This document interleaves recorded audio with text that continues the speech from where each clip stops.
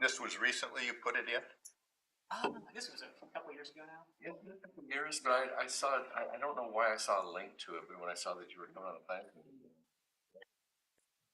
Right. you have some tissues ready. Brandon. Are you, Sarah? I am. I'm Michael. Nice to meet you.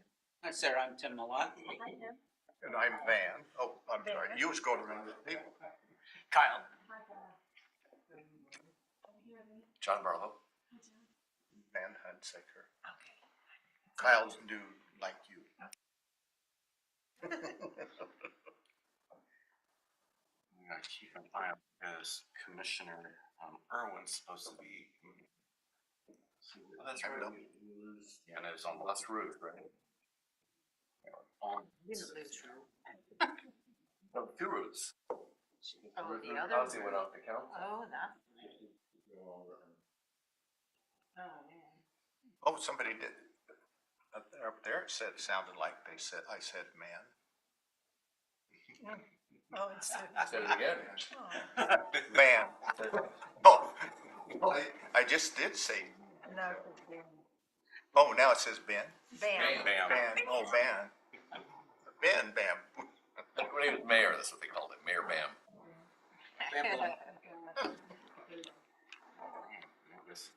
Emerald Ugazi or whatever, that was his like catchphrase when he'd like throw ingredients. You got an agenda?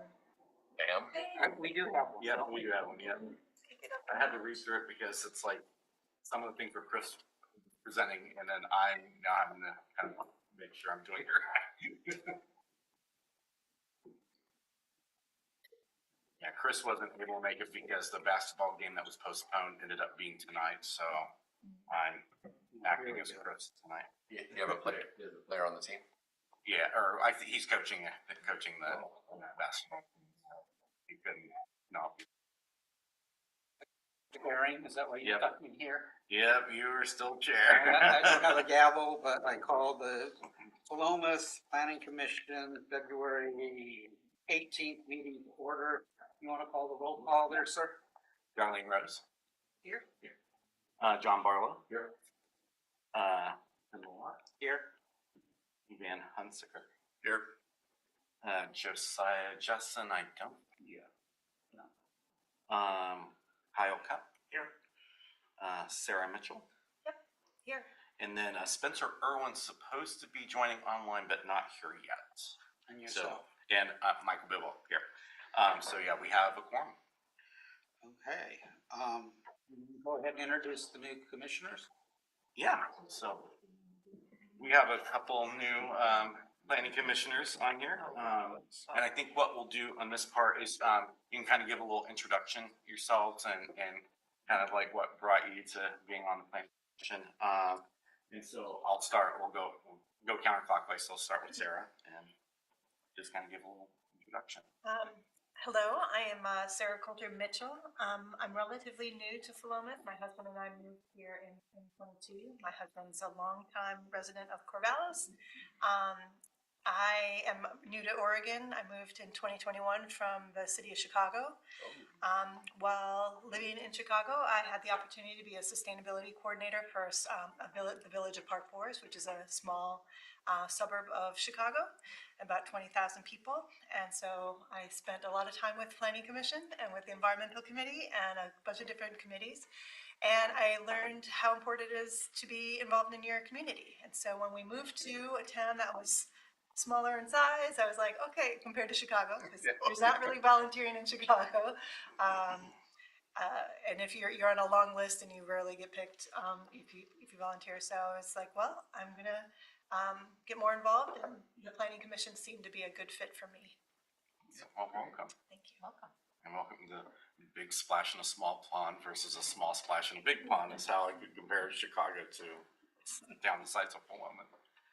And then Kyle, go ahead and introduce yourself and then just give a little bit about yourself and what brought you to the planning commission. Sure. My name's Kyle Cup, and my family moved here to Philomath, I would say 2018, I think is when we arrived. And we lost a child in 2020 at the age of 14, who's now buried in Mount Union Cemetery. I'm on the board there, and it's my hope to spend the rest of my life here, and I care about the city. I care about the community. I want to give back.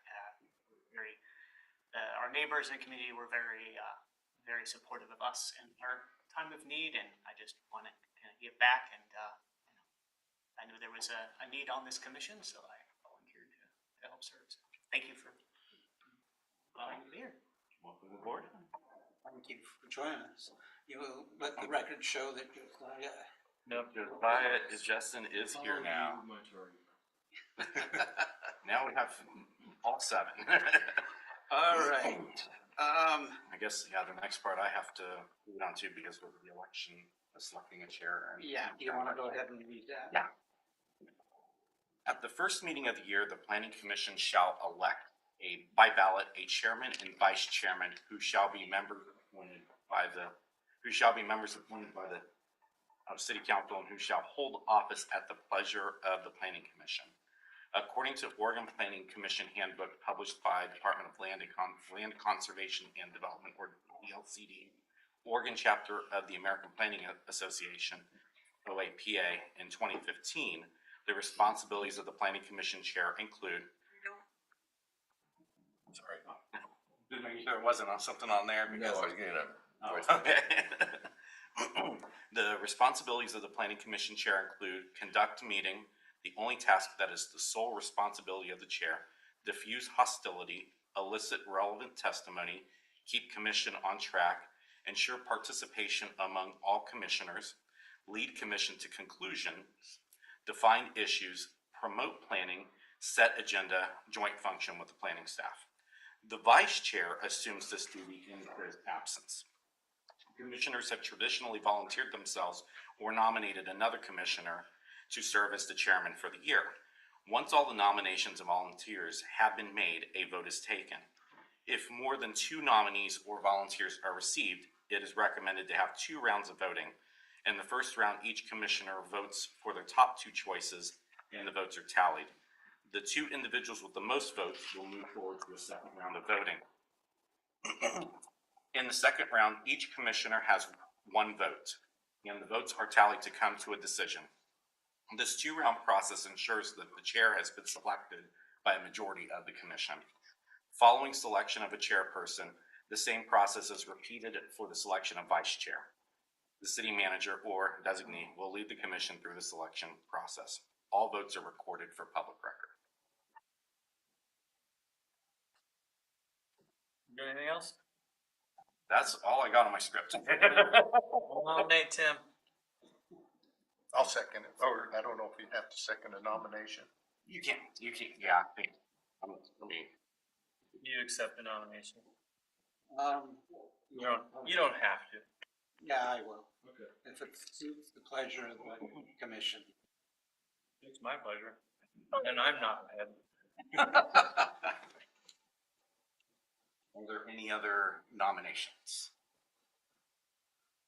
Okay, so with that, since there's only 1 person, is there any discussion that wants to be had before making a motion?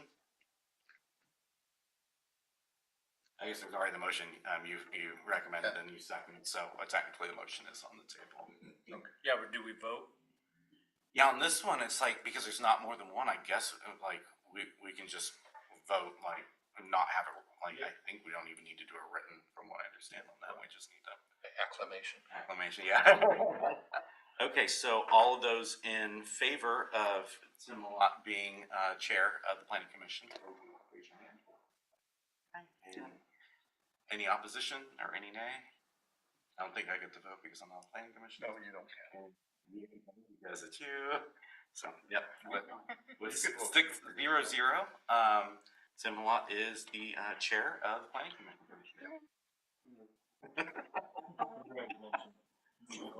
Well, I think I should reciprocate, nominate Josiah for the deputy. I would accept the vice chair nomination. Vice chair. Did you rehearse? No, we did. These were my. Plan in my head. I gotta get in there and nominate Tim first before he nominates me. The risk of coming late. Well, I'll second. One second.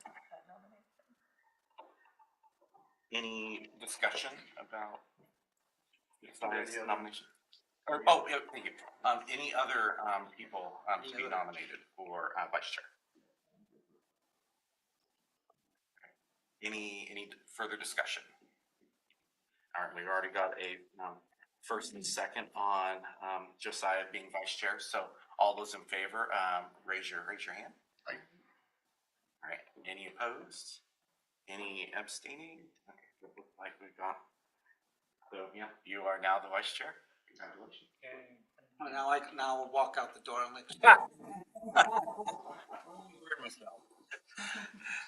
Okay, all right, so if that's the case, then I think we're going to move on to unfinished business.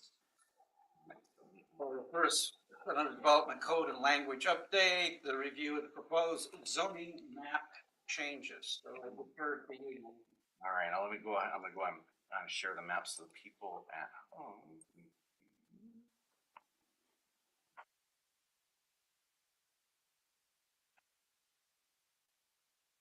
It's close, so that's why I'm like, hopefully this is a plug. Better. Yeah. I'm gonna see if I can minimize that. Okay. So what this is showing, so any of the boxes that are, or any of the areas that have a black box around it means that the zoning is going to change.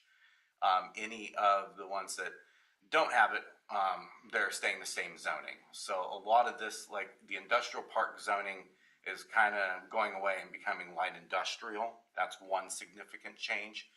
The introduction of C3, which some of you in the, when we had the outreach at Farmers Market and at the fire department, you kind of saw the bigger map of that. So that part has been relatively unchanged. There's a couple of minor changes that have kind of gone on, which let's see if I can zoom in a little bit. Minor changes since when?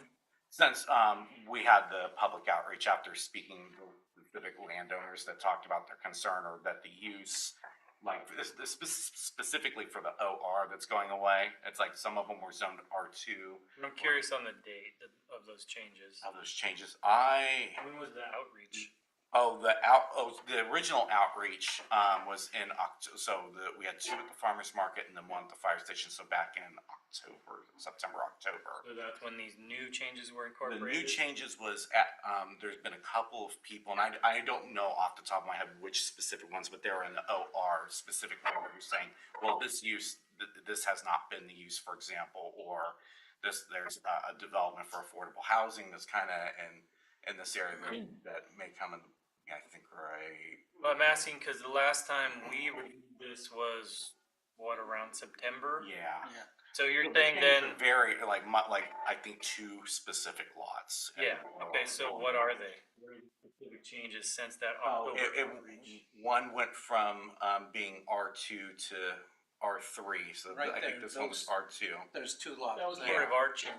Yeah, Yeah, that it was was up, talking we about that. reviewed And the property owner, I think, talked to Chris as well, so and we got that updated because the map hadn't been updated until Yeah. very recently. That happened last week because the Public Works GIS person finally updated. I'm trying to remember what the other one was. Oh, this one here, I think, was listed as residential, but is now gonna be C2, general commercial because of the use that's already, it makes more sense to have that all. Because in this area, there's gonna be a potential affordable housing in the works because the city owns this tract here on the main side.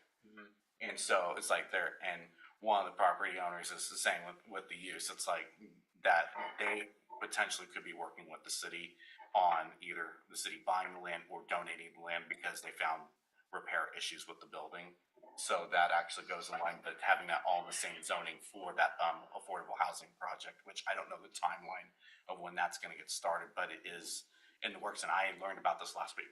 So I didn't even know that there was a Well, that- affordable housing If proposal. it's an affordable housing, that's not in C2 though. Yeah, and it's like, and That's, yeah. unless they're doing some sort of mixed use, if it's a mixed use component, then it would still perceivably work in C2 because it carries over all the downtown uses on top of a few extra. Okay. But I don't know the details of that yet, so unfortunately, Chris could speak more on that one than I, because I only know the bare bones Okay. from a conversation on Friday. So that's how soon I Is learned there a about it. filter you can use, or can we answer the question, what changes that were incorporated since the October outreach that this commission was not aware of, right? What are the new changes that we actually need to review, because we just looked at this map a month before we went on break? Yeah, and I'm just quickly seeing if I included in my, I think you're thinking of the wrong spot. oh, Underneath that red on the right, that where it says OR to the right. oh, right here. Mhm. That was the part that was the city's property. And we had R3 and park there. Well, in fact, that's what it says there. Now it's R2 and Park. Yeah, Yeah. I think that's probably where Well, there's actually another lot that's on Main, and it's on the corner of. It's on Main? 20th, yeah, 20th and Main, so. Okay. Yeah, I don't know anything Right about here. that. That's where I learned about this on Friday, so I wasn't, because I got a phone call on it, and so that kind of got Okay. wrapped into it as well, so sorry if I confused everyone on that. Well, I pulled out the August, this was August 2023. I was thinking it was 2024. But you're right, we did talk about that. Okay. It's labeled R2. I don't recall talking about the one that's butting up against Maine, but that makes sense. It just- Yeah. Just Yeah. came up, yeah. And yeah, that was on Friday, that I didn't even know the city owned that parcel until I got a question about it. There are houses there.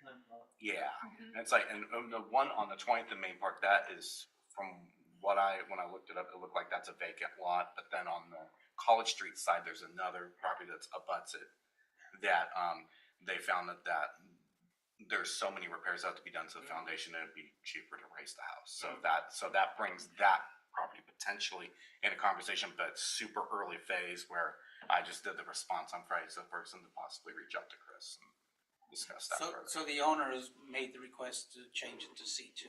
Yeah, based on matching it with that, and so that's the one that I'm aware of that might have not That been the makes same. sense. Yeah, I think that one was supposed to carry over at R2, and they just changed it to C2 for that southeast quadrant. Does anybody have any real concerns over area 19th, 20th College?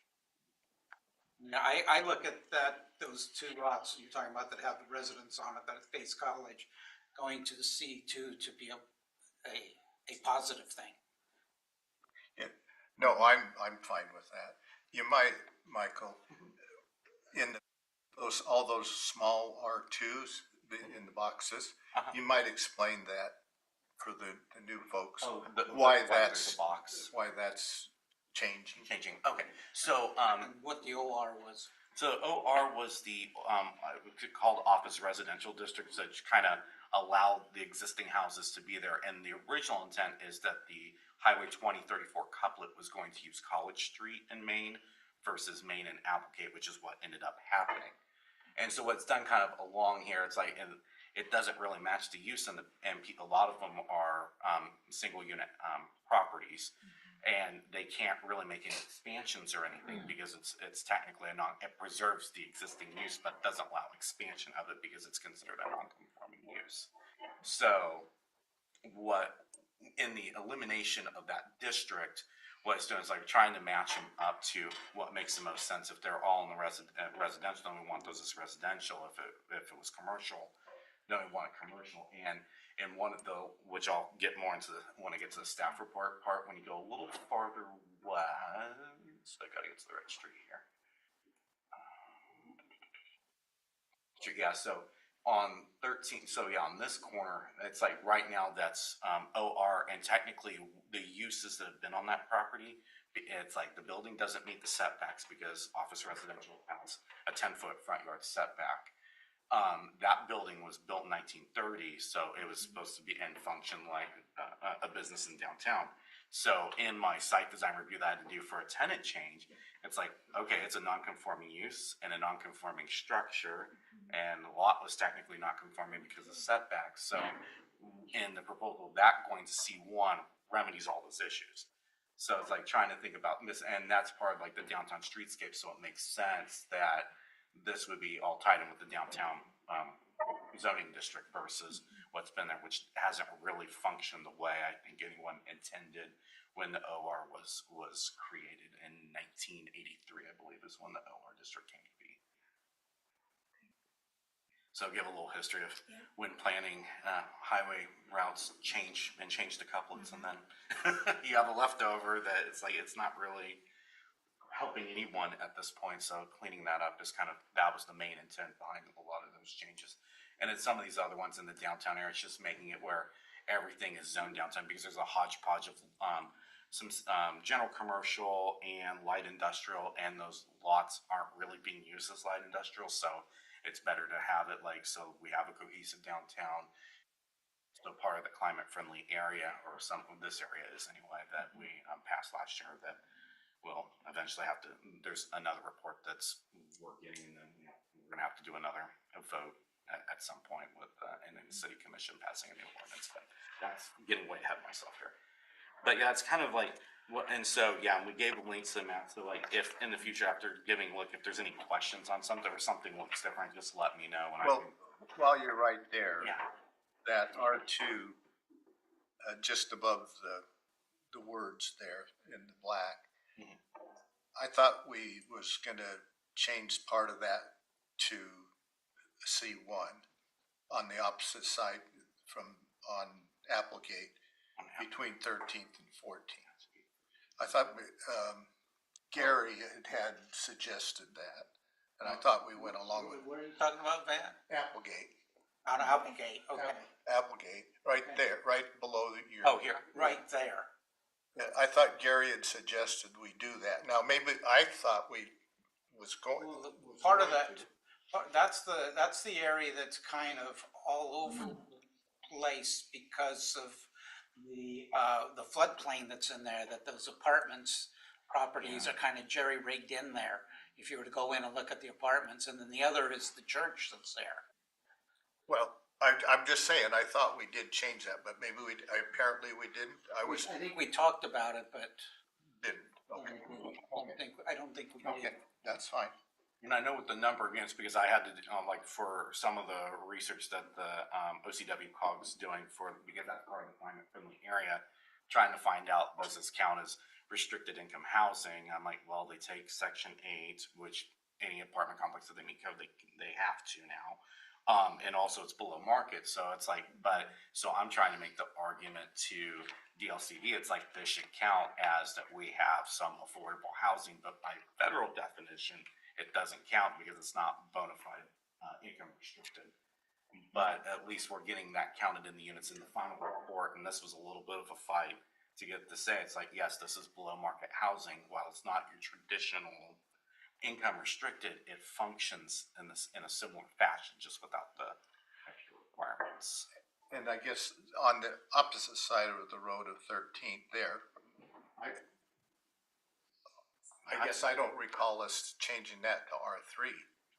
Yeah, and I might need to ask, because one of them I think was a conversation with the property owner, but I was not in on that conversation, so I I mean, don't. right, the box on the left and down, that's right now is part of the Frolic ground. Yeah, and I mean, It looks pretty gerrymandered.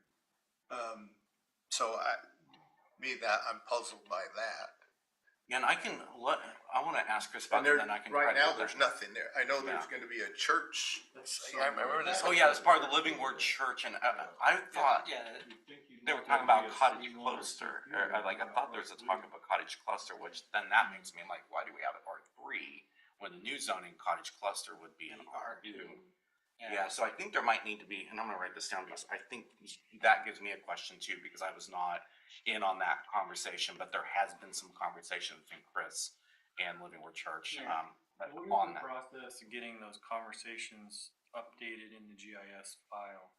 It's like, because there's only one GIS person, so they literally just got what we had already like discussed about getting those changes, just got in there, and I don't know about when Chris, I think, emailed that one this last week. So I might need to go back through the email and see what was said. I think it just said change the shape file as follows. That's the process, Yeah. it's just an email?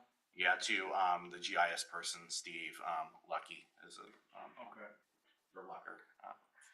so the actual file you have open today is, it's, Yeah, it's the basic view of GIS, the outward facing.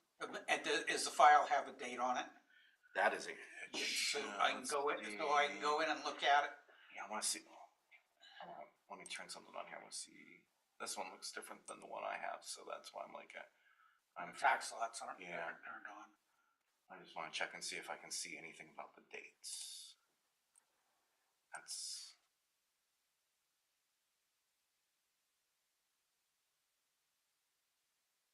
Checking to see in that if there was any data, it would be one of those layers, and so now. The 3 dots tell you anything? It's just a continuation. Yeah, I think it just gives you like, you can do zoom, transparency, move up, and move the order. I can look at the attribute table, but I think that's gonna. They didn't. Okay, so it's Yeah. still, but the file, the level you got turned on, Mhm. go back to the levels. Is city zoning February 25. Yeah, Okay, February. that's what I was looking for. Okay, there we go. That's the main, that's the zoning, colored zoning is in that file. Thank you for Okay. pointing that out, because we Yeah, had that's not been in the habit of doing that, like with some of the other updates, so now that So- makes me. So if you scroll down in that column, Mhm. do we have any of the other ones still there, or they've all been removed? I think some of the old, well, I mean, we have the urban growth boundary June 2023, and then Okay. what the comprehensive plan map looked Go like. back up to the zoning one. Okay. No, the one there, and go to the arrow right in front of the check mark. No, go up one, hit that. That's. No, it's just Yeah, it's just giving That just the. gives like the color key. So it would be really nice for us to have the prior version. That's what that is. Yeah. The- No, that's the current version that he's got, that he's Right. displaying. The prior version of it. Of the There used to be proposed, at least yeah. 3 prior versions up there in the GIS. So we could go back to a particular point in time and help answer the questions as far as what has changed since the last time we looked at this, which I think was Oh, no. June June of 20. of 24 was the last one we actually looked at. I think you gotta take those checks off those 2 above and leave take them off, and then it'll go back to, that's what the zoning is right now. Ideally, I think we would want the existing proposed zone change that we've reviewed and approved, Yes. and then another file of new changes to that for Right. us to review and then be incorporated. Right. And then We don't need a version of every time to go back in history every time. From last. That's assuming like we're not gonna have a bunch of changes and have to fight versioning control and. Yeah. So, So I think, yeah, from to what you're saying, it'd be best, it's like what the previously approved and then this, so Yeah. there's that back and forth. just let us know what we're, Previously reviewed, because we've Yeah. never Never approved approved it, this yeah. thing. yeah, Previously you're right. reviewed. So it'll help us understand what changes. Well, you wouldn't even have to recreate on the new map, you wouldn't even have to recreate the entire old map if you just singled out those. Right. Yeah. Four examples that are gonna That'd be be really black lines easy to or- review. Yeah. Yeah, and then- Because part of what was in the updates here were some of the approved annexations too, with rezones, so some of that's part of, but that'd be in the city zoning, not necessarily the proposed zoning, but yeah, it's like, I don't think it's very many lots that. That's what I was thinking, there aren't that many of them. It's, I wanna say like 3, but it's like, but yeah, it's a Josiah's point, it's like, it'd be a lot easier even on my end, I'm like, if I had those separated out and. I do have another one for you to check. If you go to the northwest corner of the city, Northwest Corner City, alright. up by Tim's place. You mean the R3 up above there? They made it R2, Or R2, yes. and I didn't know that we decided that either. We haven't decided that one way or the other. That's. I've never heard of that. The last time we discussed, the staff was talking about making it R2. We have, I think that one was left open. Yeah. And I've gotta sit aside I gotta let the rest of this room make that decision because Well- it directly affects me. Yeah, no, in terms of that one, And that property's for sale right now. no, the whole thing is. Michael, do you know? what $5 city million for that. Would be considering changing that from R1 to R2? I think, and this is kind of going towards, so my understanding of it, also tying into Senate Bill 1537 that passed, is that any of the undeveloped land there like the states are really saying whatever's going to maximize housing production, that middle housing is the lane and the tool that they're wanting. But I don't know. I think this one is kind of that back and forth, and but I do not know if this was changed because of a conversation with the landowner for sale. I don't think that's the case, but I can ask Chris and get clarification on that and see if that is the case or not. Because As far as I'm concerned, I'm not concerned about what they want. I mean, they're not, if we put R1 on, back on it, because it was R1, they're not gonna say, oh, no, you gotta change it to R2. Yeah. All of those properties up there, they're generally speaking, larger lots, nicer, bigger homes. And then on both sides, or on the left side and then underneath there, all of that is better homes and bigger homes and stuff. I don't think it would be appropriate to then change the rest of that to R2, because that wasn't what was planned in the first place when that whole development occurred. Yeah. And the other thing I've got, because I can't remember what the county zoning is around this, if one or both sides is medium density residential at the county level, then legally R2 could be assigned to it. But if it's all low density residential, I don't see how we would do that, because then we get into spot zoning, and that there's a lot of case law on spot zoning. Even though it seems like DLCD is kind of when it's going to that middle housing, there's not treating that as spot zoning in the same way.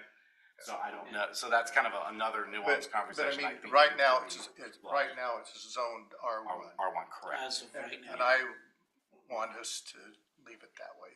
That would be my Yeah, recommendation. unless there's some, I agree. yeah, I agree, unless there is some requirement coming from the state now that we have to meet by rezoning it.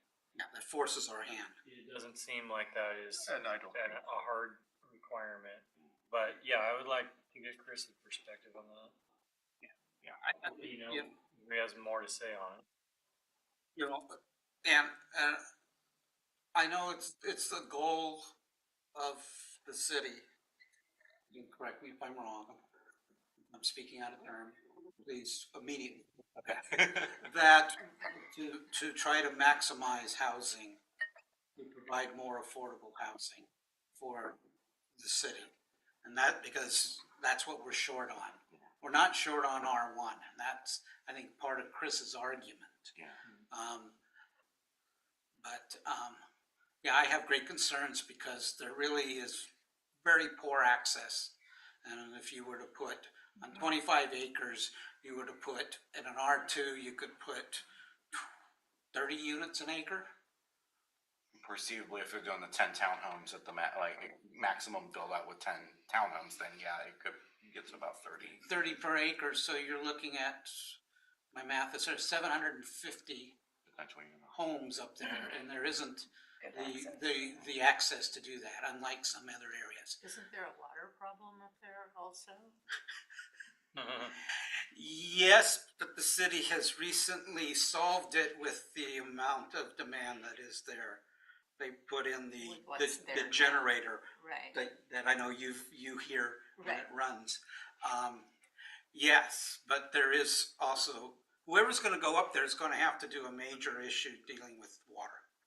Because, yeah, it's all pumped up. Well, now I'm not happy. I thought They fixed, that box up there in that orange was where a reservoir was supposed to go. well, which doesn't exist. That was, the future was gonna be there. But we were told that where they put it, that fixed everything, so they wouldn't need it up there. Well, that's not true, apparently. I do not believe that the existing pump system that feeds that area is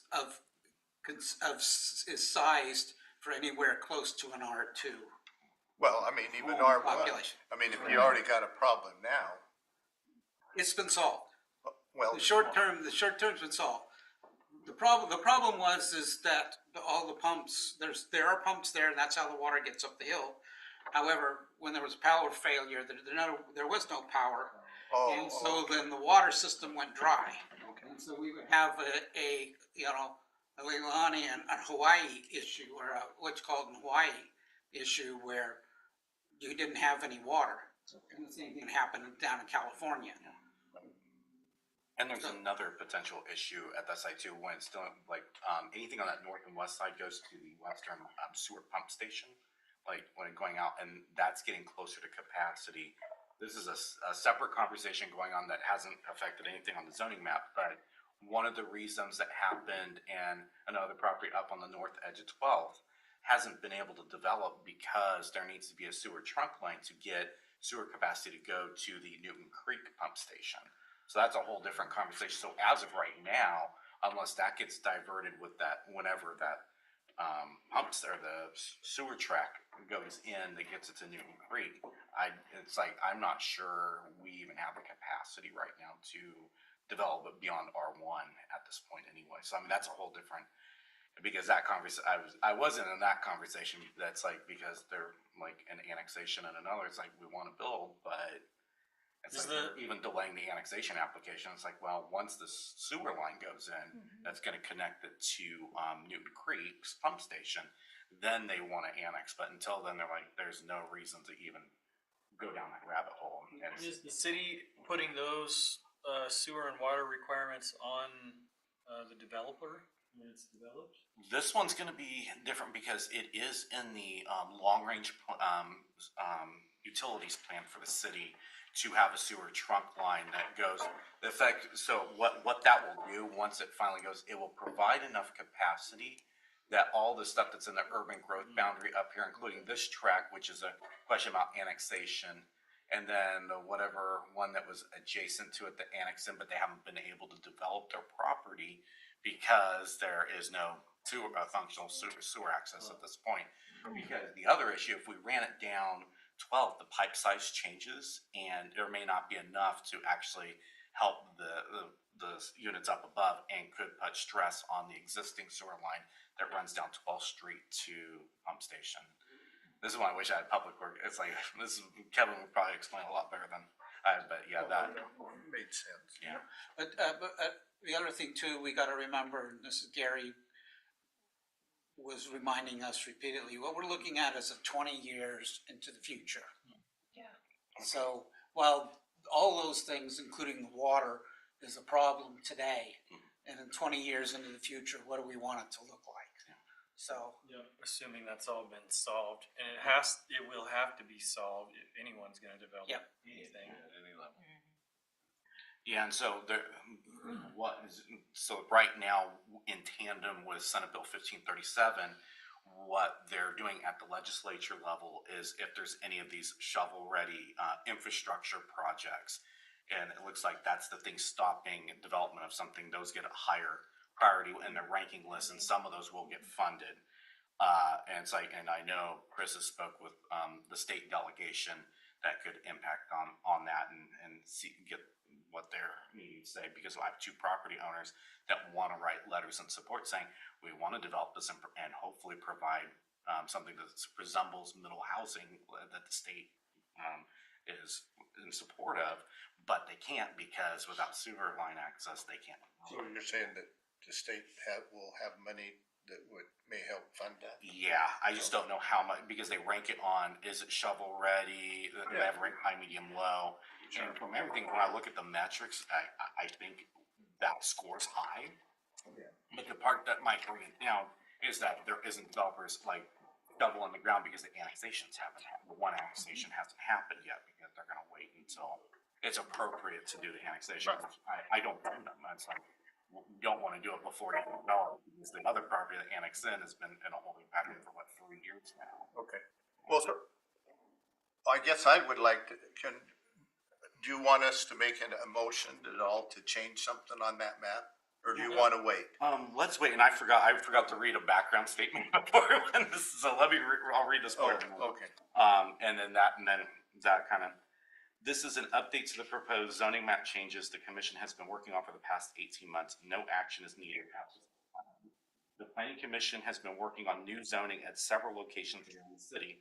Since the commission last reviewed the zoning map and began raising awareness with the community at last year's farmer market and other outreach events, staff has been contacted by several property owners with input on some of the proposed changes. Staff has updated the map to reflect the requested changes at the two recent annexations.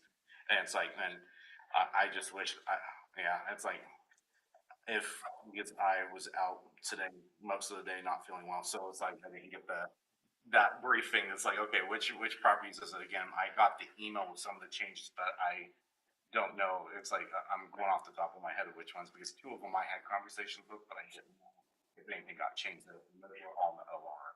So at this point in time, we really don't have any action. It was strictly for information. So Yeah. why don't we go ahead and move on and One more thing. keep our questions. I'll let you go in just a second. But keep our questions, keep track of our questions, and at the next meeting, when Chris is in attendance, that we're able to ask and get those questions answered for it. Okay. Go ahead, Van. Go to the other side of town. Yeah. Yeah, and this one is one that I've talked about before and expressed my concern. And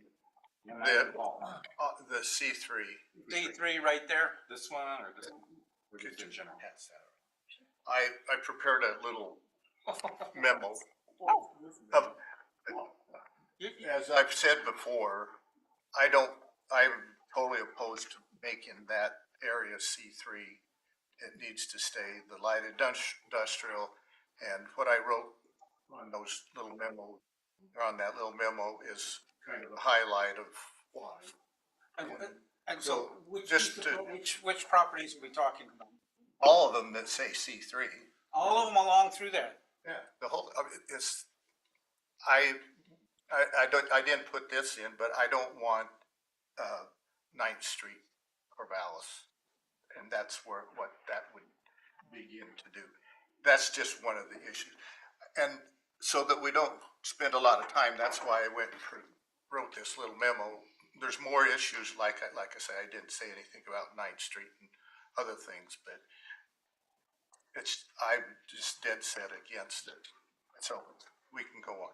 And I'll go get some context of the C3, like one piece of the C3, so maybe that'll help bridge like why this has been. It was brought up because you maybe they think you could put a grocery store out there, but we could put a grocery store downtown. So that's all. Well, and what brought to the east, so we have the one location that's along the couplet. I don't know, I believe we've talked about it before, but We've done it You several. can put the grocery store back where it was on between 17th and 19th. oh, and that, In that, okay. I mean, all the rest of the other half of the 2 blocks. Yeah, the reason this will never, like from a grocery store perspective or even a retail store, will never happen is because any of those stores are gonna want an access off of Main and an access off of Applegate. That requires an ODOT permit and to get that, and right now, it's $500,000 on the developer proposing it up front with a deposit, and they don't get their money back if it's denied. So it's essentially $500,000. It used to be 250. It's now 6 months. Yeah, now 6 months ago. from the one grocery store that talked to Chris in a conversation, which they looked at that site and ODOT told them $500,000, which is to me that's like literal highway robbery. It's like to do that because that's killing a development, because that's a site that could be like a downtown grocery store, but with that one barrier, that's going to cause an issue. And so Trump, that's I think what started the okay, what if we can't put it there? What's the other constraints from the ODOT perspective? And it's just like so on the east side there, probably the only reason those spots are being considered is that there's kind of these drives that gives you 450 feet from the street where they can get their entrance to the store, which then bypasses the ODOT right-of-way access permit. So it's kind of, I think part of it was thinking about those from that perspective. And Well, there's Like, there has been some, there has been like, one of the neighbors at first, like at the farm, like you were there for that one, was in opposition of that. She's kind of come around, it's like, oh, if my property would sell more kind of thing, so that changed the conversation slightly, but it is a fair point. It's like, and I was hoping in the input whether people are gonna be in agreement or opposed. I didn't get anything negative opposed when showing this as that this is a possibility, that there seemed to be just general, it'd be nice to have a grocery store or something like a Fred Meyer or something like that. So that way they don't have to go to Corvallis. That's the kind of the argument, but then what price point is needed? Any store, from what I've been told historically, hasn't worked in Philomath because they aren't able to get the price points to really keep people from going there, and they're going to Corvallis anyway. So it's like trying to balance out, okay, how do we address this? And then we get the state pressures, well, you have to reduce citizens VMT. It's like, that's one vehicle that could achieve one of the measures. So it's messy. It's a messier, murkier process. But to Van's point, Well, yeah, we do need to have, I think, more on this topic, and like, does this make sense? You know, it's like, because in the end, this isn't final. I mean, we still have to do hearing and all that stuff on this, and even in that hearing, when you finally have a public hearing, that's when more people are gonna be coming out, especially if they're opposed to something. And so I think then we're gonna hear if there's any real pushback on that, or do we need to think about the C3 in a different way, or do we need to just have one parcel versus three, you know, those kind of conversations. But it's more like from Chris, like to think about how Chris was looking at this when he realized it was like, okay, what are the spots that can potentially not have the issue that we're dealing with ODOT downtown? And that was kind of the idea. Another one that I didn't put in there is like that big lot. Oh, well, you could, not that they're gonna do this. I'm not suggesting that Walmart would. Oh, well, regular big old Walmart could fit right there. And, oh, well, that kind of sounds like a good idea, but then you would destroy everything we got downtown. It's in terms of at least anything that they would sell. Yeah. And we think, Walmart isn't known for, you know. Not to say, that's what I'm saying, not to say they would do it. They're sticking around. Yeah, but it would be plenty of space for them. and that's a valid argument too. Okay. Okay. Oh, Okay. That's all I have. Let's move on to the next agenda item. That was one of the things on the list that I was supposed to be doing, is Mr. Dave movie. yes. That's okay. I I think it was a good discussion. That's not gonna happen, neither you nor I. It's not gonna happen. All right, so this one, it's like, and I might have to look if you have any questions on this, because because Chris has been the main one working on that since he's been combining multiple versions. And the proposed language that Pat Steppa, former planner, I'm going to read the background. This is an update to the proposed development code language changes the commission and staff have been working on over the past 18 months. No action is needed at this time. The planning commission has been working on new development code language for the past 18 months. Since the commission's last review, staff has made additional amendments and updates to the code, both residential and non-residential. The proposed changes will come before the commission this spring as a formal hearing following appropriate public notice and DLCD notice. Staff will review the track changes on several of these code amendments with the commission and be available to answer any questions. So on the next couple of pages, it's kind of showing, and this is showing with the old numbering and not the new numbering. I've been working, that's the only piece I've been working on, is like in how the new numbering is gonna be. The chapter and verse number. Yeah, that's the Section. only thing that's not gonna be like the final version. It's like, it has to give me the document so I can actually just go, I've done the written version. I've got every reference fixed. So that will flow a lot better, because I found some errors in the original one as I was going through. I'm like, okay, that's not what it needs to be. But so kind of like there's some change to the purpose, and reduce it down to 4. And this is more in line with some of the changes that are related to Oregon land use law, to make sure that we're stating things in the way that they one based on, and part of that is also SB 1537-ish influence. You will notice that the old use table is going away and going more to the art version. That kind of gives you your minimum lot sizes and setbacks all in one table, because that was one of the feedback from the business perspective, that they found it very confusing in the way that it's there and that it wasn't spelled out like a table for them. And I agree 100% with having that approach. I do need to look at one thing, because I noticed as I was going through here, when we're on that next page under front yard setbacks for residential uses, it just a blanket, a minimum setback of 10 feet is required. However, when you look at the table for, we have to say single, I remember, I can't say single family residential now, that is now frowned upon. I can single unit detached.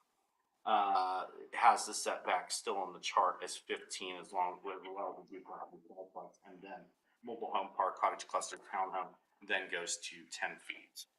So I need to see, like, is that going to cause some concern if someone questions and wants the 10-foot setback, while the table says one thing, the blanket statement in the front end section could potentially. Well, they need to be clarified. Can I go ahead and jump in? Yeah, absolutely. Do this, because I spent a little bit of time, and I'm gonna hand out a series of 3 diagrams to help make my case for single unit piece of properties. And Single unit detached. Yeah, single unit detached. That it changes, that's what we used to call it in the park. Yeah, that's what we used to call it the park, correct? Yeah, and now can't say it that way. I'm told. I'm like, okay, I won't say that anymore. And even Chris is like, you have to, like, I'm doing it before, like, you have to get rid of all those references. single unit. Okay, first of all, first is looking at, and I stayed in basically R1 for this, the amount of time I want to put into it to try to flesh this out. And that is a single unit, the minimum lot is 5,000 square feet. Minimum width, he has 40 and 30. I don't understand 40/30, because I couldn't find anywhere where there was a designation for the 30. And then the maximum depth is 3 times the width. So if you look at the first diagram I have here, if you have a 40-foot wide lot and you have 3 by times depth, you're at 4,800 square feet. So there's an inconsistency. We need to fix one or the other. If we're going to stand by the 3 by width as the maximum depth, and we're going to stand by the 40-foot, because the 30-foot takes it down to 2,700 square feet, which is way below what it is. So I don't understand why the 30-foot's there. So I would be recommending that if this is the smallest lot that we want to have in a R1 single unit zone, would be a 40 by 120 lot, then that's what we need to reflect there. Then I took and I went to the other extreme. And I did 2 other lots, 2 lots using 10,000 square feet. Okay, let's go back to the first lot a minute. Now I want to talk about the lot coverage. This first lot, if you see my diagram up there, I show what's a 60% lot coverage and what's a 50% lot coverage. So if you go back to the first residential lot, the 40 by 120, you can't even get 60% coverage on the lot. You actually get 57% coverage holding the 15-foot setback. So saying a 60% coverage is No, right, because right now in an R1 zone, the coverage is 35%. Yeah. So we were almost doubling the coverage. So if you look at what a 50, the double hatch, it makes sense. And then when I start looking at the other lots too, I drew them out as 10,000 square foot lots, just as a narrow, long lot, and then a more rectangular lot. Having structures covering 60% of the property is, I mean, I've used this term before, and the term McMansion. When you have a 10,000 square foot lot and you can put a 6,000 square foot structural footprint on that lot, there's no human scale to this building anymore. It's strictly a big monstrous box. And yeah, it maximizes space. And I would even recommend, 35 might be tight. I would recommend looking at 40 or 45% for the R1 lot coverage. Otherwise, I'm really not seeing any difference between any of our zonings. Because even at this one, if we take the 5 acres that's up there above what we were talking about before, we take 5 acres and which is an acre is 43,560 square feet. Okay, and let's say it's taking away roads, you're looking at usable acreage of, let's say, 40,000. I may be on the high side. If I have 5,000 square foot lots at 40,000, I'm looking at 20 lots. So I'm looking at 100 lots in that area at the smallest size, where it's really not even making that much difference for a 3,000 square foot single use. Yeah, Single unit detached in a R3, it's really not that bad, because in a duplex, that brings it down to 3,000, and there's no minimum width. Okay, so, and Which seems kind of silly because we have all these other languages on frontage and what has to be pointing toward the street and. yeah, now all of a sudden, all this stuff has disappeared, and even with using the other, and so, I can put it's just creating such a high density visual space, and I really question, because prior to me joining the planning commission, which was 2 years ago, and I think, Darlene, you and Van are the only two that were here before then, there was a lot of work done with the planning commission and the city as it related to green areas. And dealing with permeable surfaces for water and all of that. And here it seems that we have taken, in order to maximize the use of the lot, and we've taken all that work that was done ahead of time and basically ignoring it. So I think we need to, moving forward with this table, especially in the residential table, is to start and look at trying to balance these things between what we want in a green area within the lot. And the part that I'm not sure on, like when at the maximum lot coverage, because I know Pat was using like how the code was written in Michigan. The part I don't know on that is whether the 60% is the building footprint or is it impervious surface? Because if we're dealing with impervious surface, I'm like that will ensure that you aren't having a big. That needs to be clarified, because the digging I did and what I have seen apply in the past here is the building. Yeah. And not even the building overhang. So covered porches wasn't even included in that. Yeah. Where in the impermeable surfaces, covered porches would be. Yeah. Eaves would be. Yeah. So right now, it's physically the footprint. Yeah. And so that's something that maybe you can find out from the state. Yeah. When they use that term, is that been defined? And that should be one of our definitions then. Because I know with some of the things with the state, especially with the changes that may or may not be happening with the floodplain and how building, it's like having those impacts, and especially when future 1% it gets included as part of the floodplain, impervious surface versus pervious surface is going to play an even bigger role. Oh yeah. And mitigating, because then if you're on the fringe of the future 1%, and then that's now considered floodway.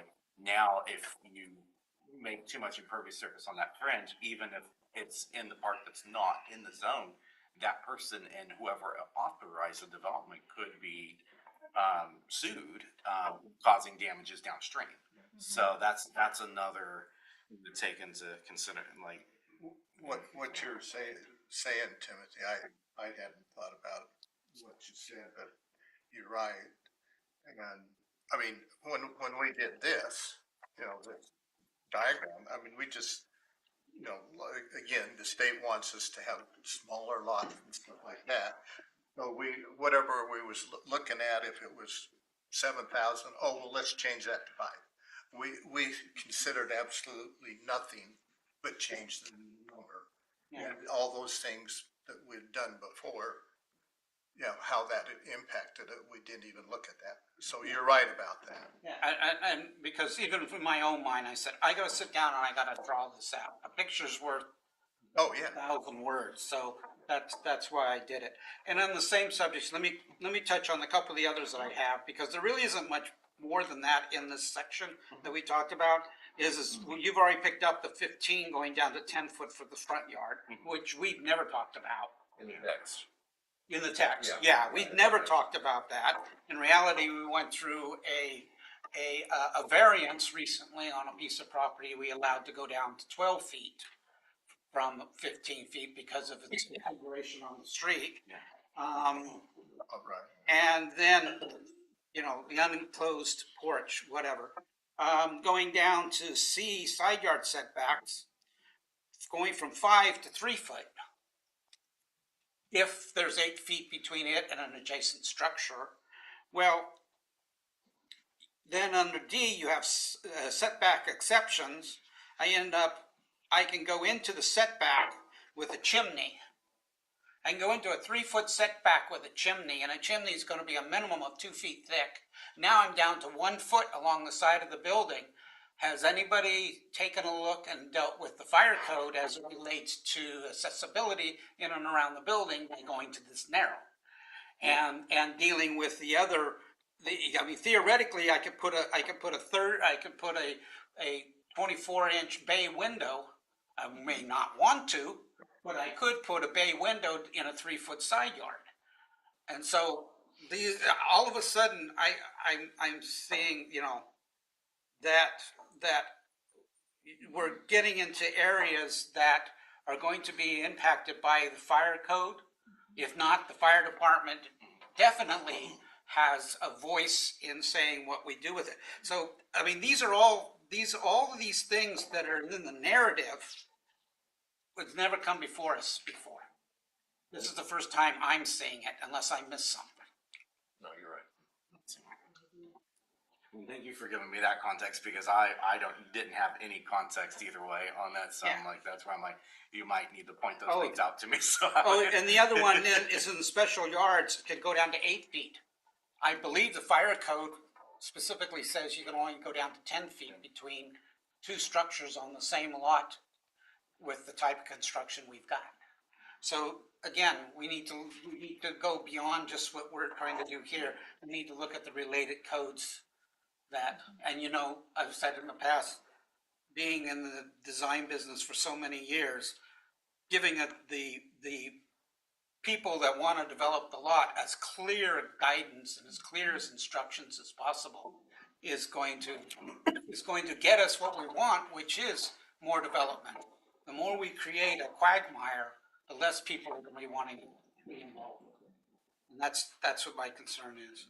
And from what Chris was saying on Oregon Fire Code, I was under the impression 10 feet, but I think I'm looking at from how building code design is, like from the building permit phase of that, because I used to do structural reviews as one of my planning duties at my previous planning job.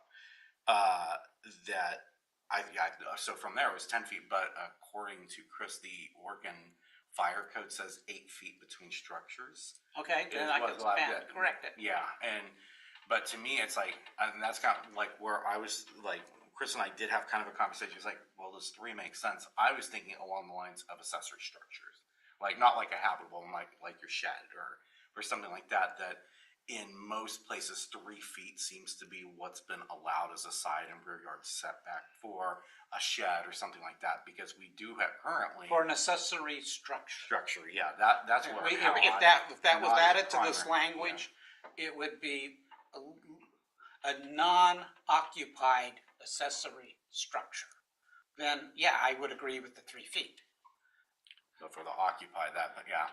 And Whether with it's how an written, ADU or whether, when I say accessory structure, an ADU falls under accessory structure, Yeah. right? It's a habitable accessory. It's a structure. habitable, that's why I gotta say a non-habitable. Yeah. Yeah, so that I'm good with the 3 feet, but with the way it's written, no. Because the challenge I've had, like when because occasionally we'll get complaints from a neighbor, from another neighbor about a shed, and when it's under 200 square feet, and it isn't plumbed, doesn't have electricity, and it's just your run-of-the-mill storage shed, then it's like there's no enforcement because the setback is for structures. Well, based on our definitions, something under 200 feet doesn't count as a structure because it doesn't get a building permit. But if it had a building permit, then it's up. So that's been one of the song and dances where I'm like, and I tell people in the complaints, in this situation, it's better to work with your neighbor and make sure there isn't going to be a dispute down the road because we don't have anything for this specific type, like a 80 square foot tough shed. It's like, and enforcing mechanisms of like, it just is as reasonable. If fire department can't get between there and the house nearby, then that may be a different issue altogether. But in theory, at 8 feet, fire apparatus could still get through under Oregon fire code. But yeah, I think part of why you probably hadn't seen this yet, it was just like those combined versions and some of the stuff that Pat had been working on that Chris hasn't brought to the discussion yet. And so that's been kind of like when I'm like, okay, because now it's running into the accessibility audit, I need this in one form so they can actually finish the audit, because until they finish the audit, we can't make the new findings for the climate friendly area. So there's another layer of like, now I have a deadline on that side that has When to is our deadline on that? on that, they're giving essentially 3 months to get it all finalized, but right And now that has to come back to us and the city council. and then I have to, once that report is finalized, then I have to do an updated DLCD notice and everything, because I got told by DLCD they're gonna require it because they did not like two of the things and how it was. And there's one document I apparently used the wrong map when I submitted it to DLCD for the notice, and they didn't like it. Oh, now they're getting picky about it? Because we're the first, it's like we have to be the perfect example. Oh. Why should we be heard? Yeah. I know. Hey, I voted Just against a- it, so. Well, It's true. I absolutely did.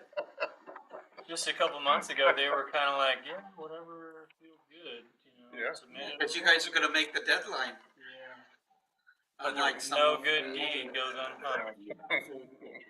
And I've made the argument because it's like I have my own bias. I am a Oregon land use law traditionalist, and I feel like we deviated away at the state level of what the original intent of the law was, but that's getting onto a soapbox, which I don't think this forum or not, but This is a really minor point, but I know the convention is, 1 to 9, you spell it out for numerals, 10 and up, use the numerals. Can I suggest that when you do spell out the number, you just go ahead, or spell out a numeral like 3 feet, that you go ahead and put a parenthetical with the number in it? I just think it makes it easier. yeah, I agree. Yeah, it should be bold. Like that. Yeah. Yeah, I agree with you.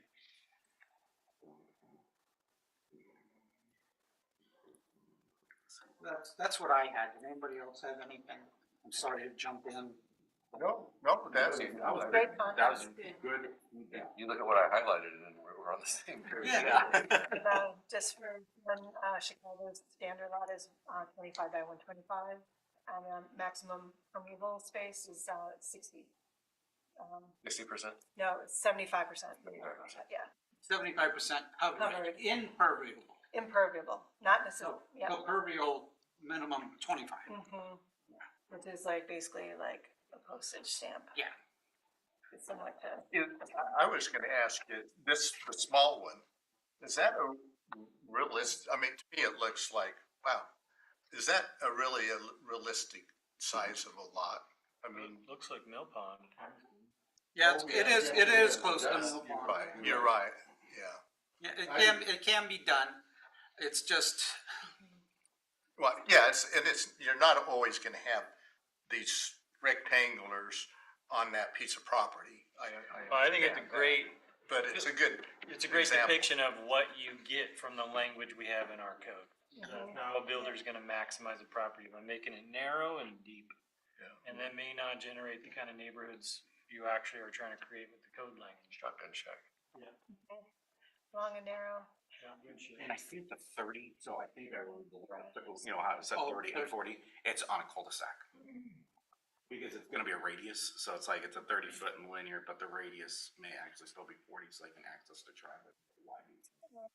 I think that's what the 30. That's what that actually- 30-4 I think it's slash- specifically for cul-de-sacs. But I could be. Even the wrong. I 40 wrong. could be interpreted that way on a pie-shaped lot. Yeah. And then you can come down to 5,000 square feet. Yeah. And then, and hold the 5,000 square foot number. Yeah. Okay, point taken. Yeah, it's like what you drew here. I mean, that gave me a better visual too. And like when I was thinking, like what's the maximum impervious surface is like where my brain goes to on this versus we want a building that size. I don't like from the state. The state preferences at this point is going smaller houses, smaller footprints is kind of the way that they're going, smaller lot sizes. And so I think that this could potentially go counter to that when it ever becomes a mandate. And at this point, when the state's saying something as possible rule change, I'm taking that it's gonna be a mandate and it's gonna be enforced on us. So I have to walk that really fine line, and then when I With find the out. mandate, we can do whatever we choose. Yeah, absolutely, Whatever we think is best for Philomath. yeah. Because there was another thing, I actually wanna go back to the map. I know I'm bouncing back, I'm gonna try to make it.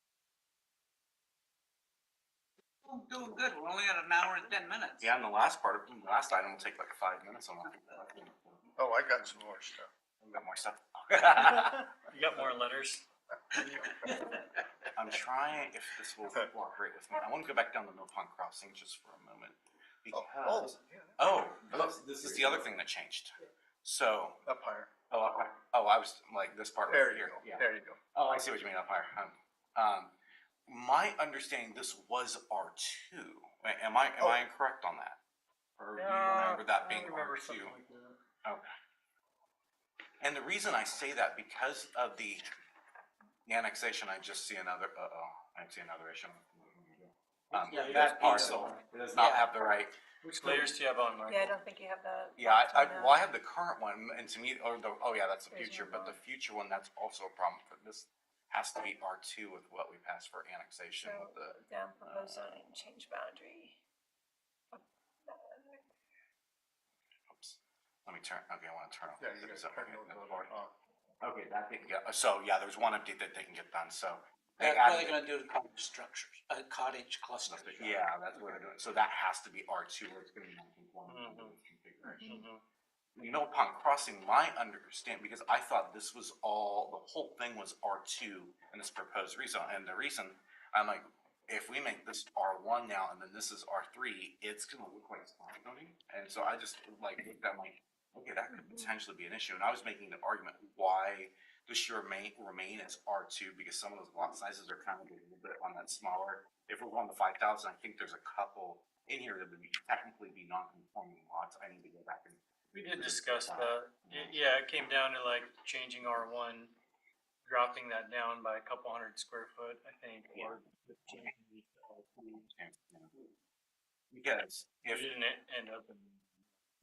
because with R1 and this going to R2, that on the surface looks like spot zone, but in the current, it was allowed because this is R3, then that was allowed to be R3 with the constraint agreement. And so, yeah, I just like, when I saw that, I'm like, oh, wait a minute, that could potentially, so I have some research to do. I'm like, would that then make this potentially a spot zone, even though it's a future land use? Well, now you raise another question.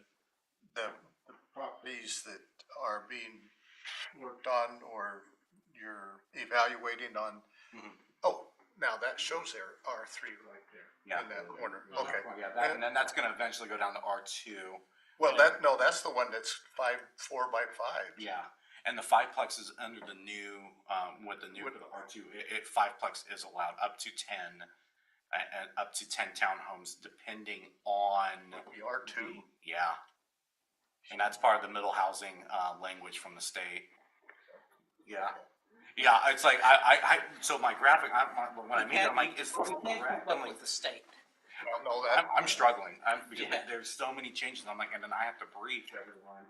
I mean, I haven't even briefed you on SB 1537 to the fullest extent, because we've already, so I'm like, how do we report these things, and, but when we get to this. no, but in time, once some of that dust settled, I think based on the feedback the planning commission gave prior to handle the SB 1537 applications as an application since it's only up to 7 years.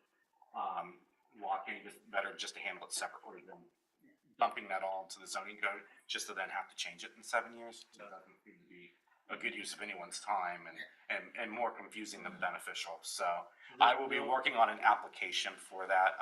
And it's It's the like, priority over code language changes.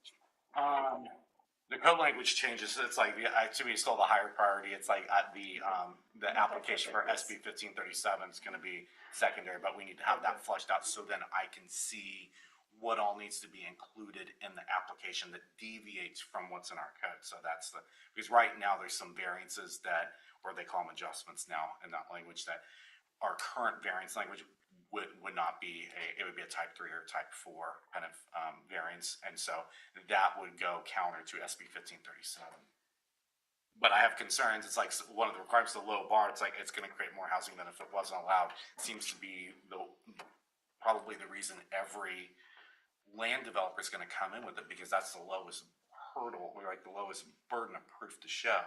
Because if they're coming in with income restricted, then there's federal agreements. So I don't know how any of them are going to come in doing it that way, because it's going to be more burdensome than just saying I'm going to create more housing, and possibly less than if went through the normal zoning regulations. So just to give a preview on what's coming down the pipeline. Okay, For better, for worse. any more discussion on the review of the program? I guess we can move on to basically your. The less controversial staff report. Been a little busier than I thought it would be in November, December, but so I'll just go down the list of what has been come out the door from my end. Issued a decision for an application for type 2 site design review for a multifamily cottage cluster development at the Cribbs property, 602 South 15. But the one that we. Yeah, the one, yeah. So the site design finally got approved and whatnot there. So issued a decision means approved? Yeah. Okay. Yeah, it's like it's like in the, like, I had to put it that way, so that it's like, I'm not used to doing it in that way, I'm used to saying approved or denied, but. Right. So anything that says issued decision means approved or approved with conditions, and almost everything has at least 1 or 2 conditions, like I need to see the title report, things like that. The other one that was an issued decision that was approved was on a type 2 site design review for a new food court at 2606 Main, which is the Out West store. What they decided to do, it's like, because it's the path of least resistance, all the food truck people are gonna have to handle their own like waste and food production. They are gonna have to put a sink on the outside to be in compliance with things beyond zoning, because there's some state requirements, so they're gonna have an outdoor wash sink. For when the store's closed, there's 3 hours a day that all the people that are cooking and stuff have to go wash their hands at this wash station. Food trucks? What's Yeah, so 3 food trucks, are gonna be How many? going, what portion of right now, the 3. What portion of the property? It's is it? it's gonna be kind of towards the north and west side of the property. They Okay. kind of have it like, You got a big parking lot. Yeah. A lot of so they're not even using the park, like, it doesn't impact the parking lot at all. It's kind of like some of the outdoor stores are just gonna use that area because they felt like that what was being used there was underutilized.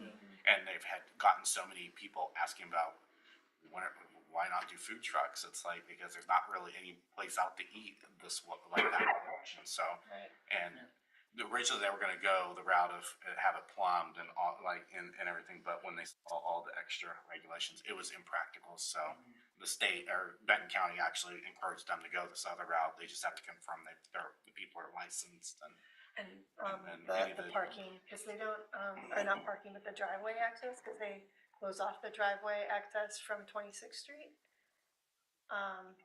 You have to kind of go around the building Yeah. to use the back exit, so I don't know if that's a thing. Yeah, and I think they're gonna have the gates open during when the food trucks are operating and then close it, so that, because the Okay. fire department wanted all of the Yeah. access points just in case there's a fire at the building or a fire with the food truck, and just so you can get to them easily. And luckily, they've got 3 different ways they can do that, so there wasn't any issue from that I was end. thinking about, traffic and parking, or, transportation in and out too, because you have to go.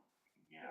It's- So I don't think, yeah, they didn't really do any changes because since they're using kind of what was already an area that was being used for temporary outdoor storage, seasonal, and using that space, it was not even considered a significant improvement. So which was interesting. I'm like, wow, this doesn't trigger anything. Interesting. Because I was worried. I'm like, please tell me they're not gonna have to do the 3 design materials on the converted horse stalls. Yeah, That are right. gonna be the weight areas, Yeah. because doing it that way, they at least get around, because if they had a fully covered structure, then a whole slew of fire regulations come into play that would have been probably cost prohibitive with the budget that they're working on. And it's like, and yeah, it gets spendy quick. And then the next one was issued a decision on an application for a type 2 commercial tenant site design review. That was just a change of tenant in this case, for a takeout pizza joint at the old sourdough bakery location. So that one, the only thing they may have to do is if they decide to provide parking stripe and have 1 ADA in their off-street parking, that's the only quote unquote functional change that there really I is at saw this them point. doing some upgrades to the building. Uh-oh. No, I mean like you're like painting it and Oh, yeah. Yeah, if they're just doing paint or something, yeah. and That's trim all, that. that's all, yeah, it's been painted, aesthetic stuff. cleaned up Yeah. on the inside. If they're doing more than painting and adding any walls, it's like then. No, I'm it like, wasn't uh-oh. construction work. It Yeah, was, okay, you know, just- getting ready for a new business to move. Yeah.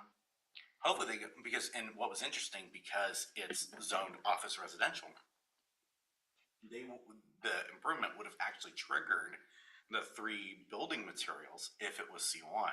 But because it's not C1 and it's Yeah. OR, I couldn't apply the regulations, so, and can we enforce? I'm like, no, because this is right now, non-conforming structure, a non-conforming use, a non-conforming site, because this should have never been zoned OR.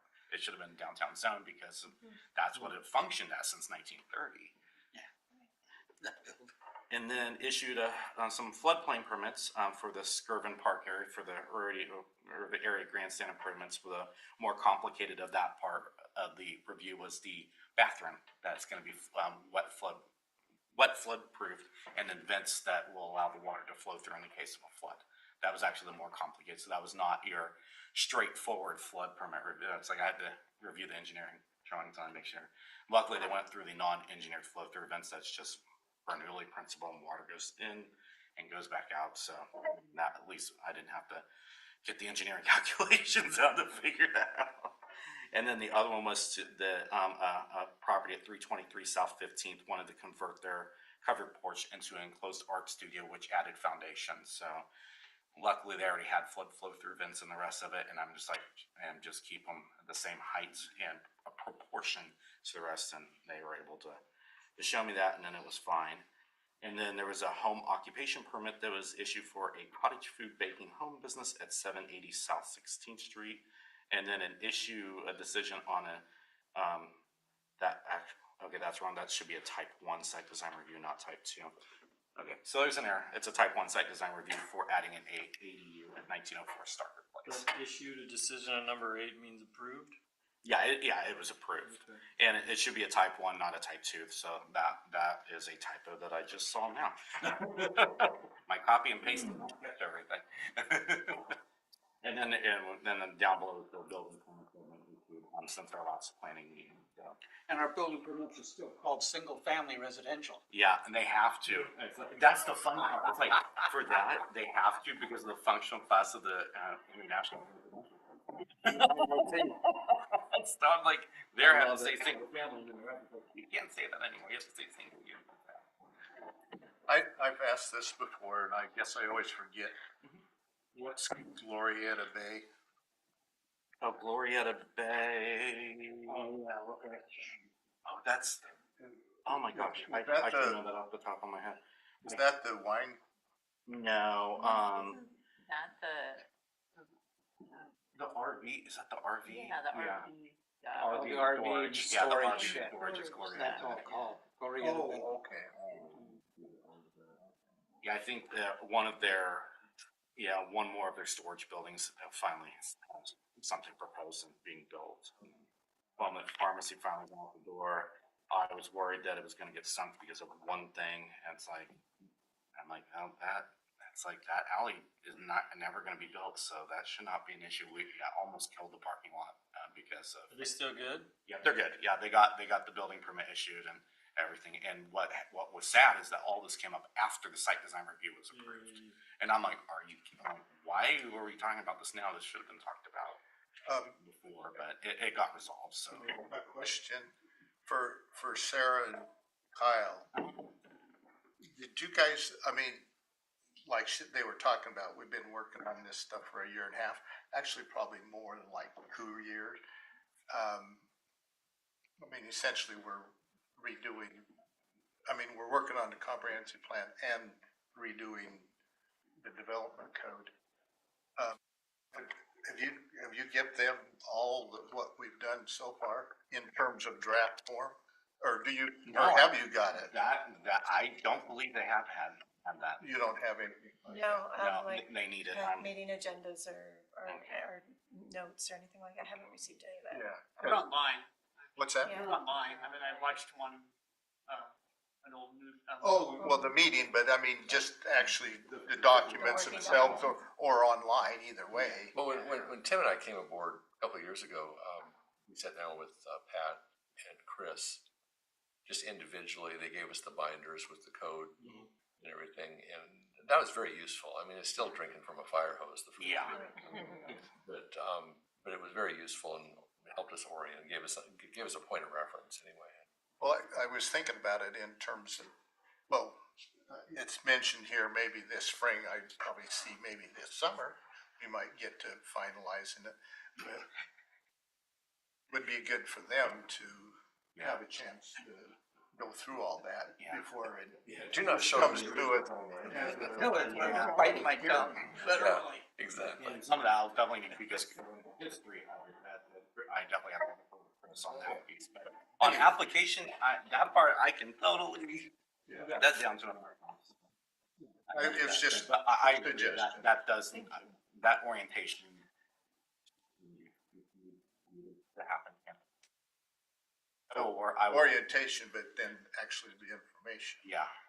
Because that seemed to me like you do orientation, then the next part is okay, here's the fire hose.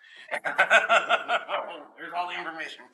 And are you gonna send out an updated roster of our planning commission to all of us, please? Yes. Names and addresses and phone numbers. Email. Actually, I do have that. It's like You need Crystal. our addresses, Tim.